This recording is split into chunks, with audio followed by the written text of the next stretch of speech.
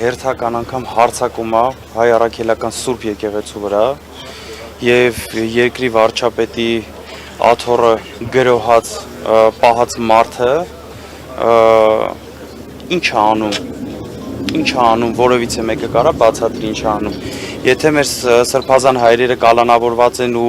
որևիցե տեղ, որևիցե մեկը մտածում է սա ինչ որ քաղաքական խոսույթների պատճառով է կամ քաղաքականության մեջ խառնվելու պատճառով է, բա սա ինչի պատճառով է։ Սա ինչի համար է։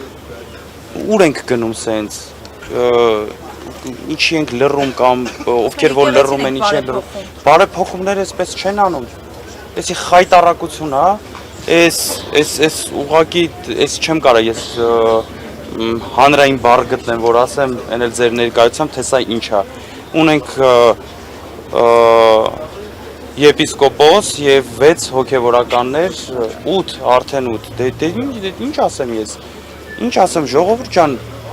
ուր ենք գնում։ Գնում ենք թուրքացման, գնում ենք ինչ եկեղեցին են ուզում փակեն, ինչ են ուզում արածելն այս մարդիկ մարդ ասելուց էլ մարդ վատ ազգում որ մարդ հասում։ Այս չի կարա շարունակվի։ Եվ այս ամեն ինչի մեջ ներողություն, եւ ես